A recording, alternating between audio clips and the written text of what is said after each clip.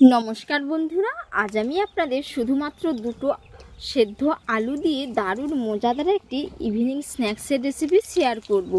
দেখতে যেমন সুন্দর, খেতেও কিন্তু দারুণ হয়, একেবারেই মুচমুচে আর পুরো হেলদি একটি স্ন্যাক্সের রেসিপি। এর জন্য পুরো রেসিপি দেখতে থাকুন, আশা করি আপনাদের খুবই ভালো লাগবে। সাথে যদি চ্যানেলে নতুন বন্ধু হয়ে থাকেন অবশ্যই চ্যানেলটি সাবস্ক্রাইব করে নেওয়ার অনুরোধ থাকলো।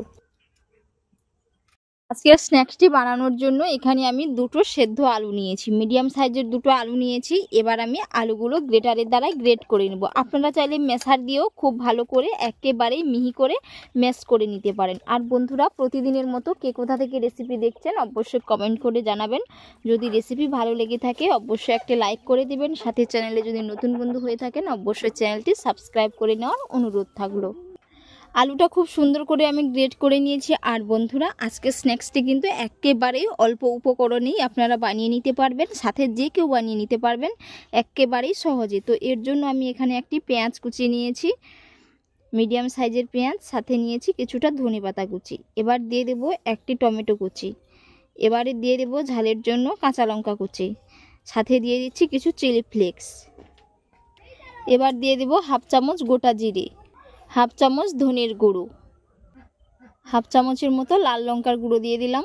এবারে এক চিমটে মতো হলুদের গুঁড়ো দিয়ে দিচ্ছি যাতে কালারটা খুবই ভালো আসে। তো এবার আমি এর মধ্যে দিয়ে দেব বেশ কিছুটা ব্রেড, আমি আগে থেকে গুঁড়ো করে নিয়েছি। আর বন্ধুরা, এটা পুরোপুরি অপশনাল, আপনাদের হাতের কাছে যদি থাকে অবশ্যই আপনারা দেবেন, না থাকলে দেওয়ার দরকার নেই।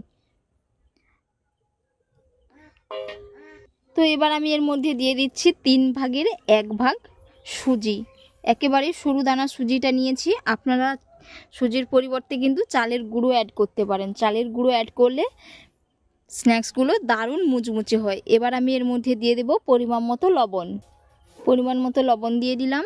এবার আমি এগুলো হাত দিয়ে একটু ভালো করে মাখিয়ে নেব। চালের গুঁড়োটা দেওয়ার চেষ্টা করবেন, তো যদি না চালের গুঁড়ো থাকে তখনই সুজিটা দেবেন। খুব সুন্দর করে আমি একটি ডোর মতো বানিয়ে নিয়েছি। এবার আমি এগুলো শেপ দিয়ে দেব। তো আপনারা কিন্তু আপনাদের পছন্দ অনুযায়ী শেপ দিতে পারেন, গোল শেপ দিতে পারেন, কিংবা এরকম করে লম্বা লম্বা করেও শেপ দিতে পারেন। তো এখানে আমি এরকম একটু লম্বা করে শেপ দিয়ে দেব।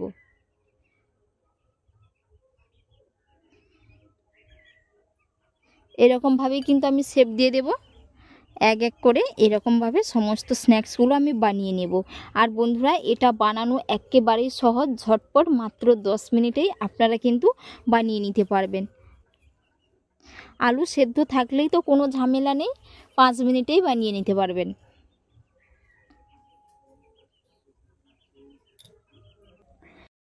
এক এক করে সমস্ত স্ন্যাক্সগুলো বানিয়ে নিয়েছি। এবার আমি এগুলো কড়াইতে তেল দিয়ে ভেজে নেব। আপনারা চাইলে ডিপ ফ্রাই করতে পারেন কিংবা শ্যালো ফ্রাইও করতে পারেন।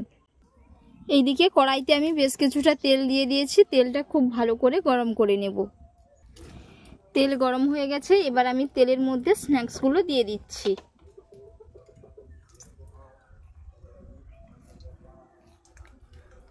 আপনারা চাইলে দুটো ব্যাচেও ভেজে নিতে পারেন, তো আমি একটা ব্যাচেই ভেজে নিচ্ছি।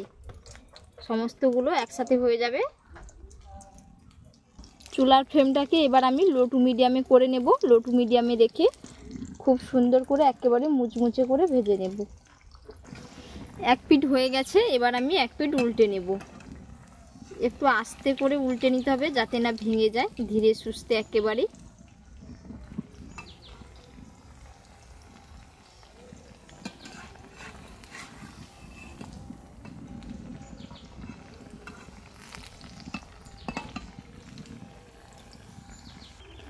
এক পিঠ করে উল্টে পাল্টে খুব সুন্দর করে ভেজে নিয়েছি। আর কালারটা কিন্তু দারুণ এসছে। বাকিগুলোও ঠিক একই রকমভাবে ভেজে নিয়েছি, ওগুলোও আমি তুলে নেব। এই যে কত সুন্দর দেখাচ্ছে। এক এক করে সমস্ত স্ন্যাক্সগুলো বানিয়ে নিয়েছি, আর কত সুন্দর হয়েছে, কালারটাও কিন্তু দারুণ এসছে, আর পুরোপুরি এই যে মুচমুচে হয়েছে। তো এতক্ষণ পুরো রেসিপি দেখার জন্য আপনাদের অসংখ্য অসংখ্য ধন্যবাদ থাকলো। আপনাদের সাথে নেক্সট অন্য একটি রেসিপিতে দেখা হচ্ছে। ভালো থাকবেন, সুস্থ থাকবেন, ধন্যবাদ।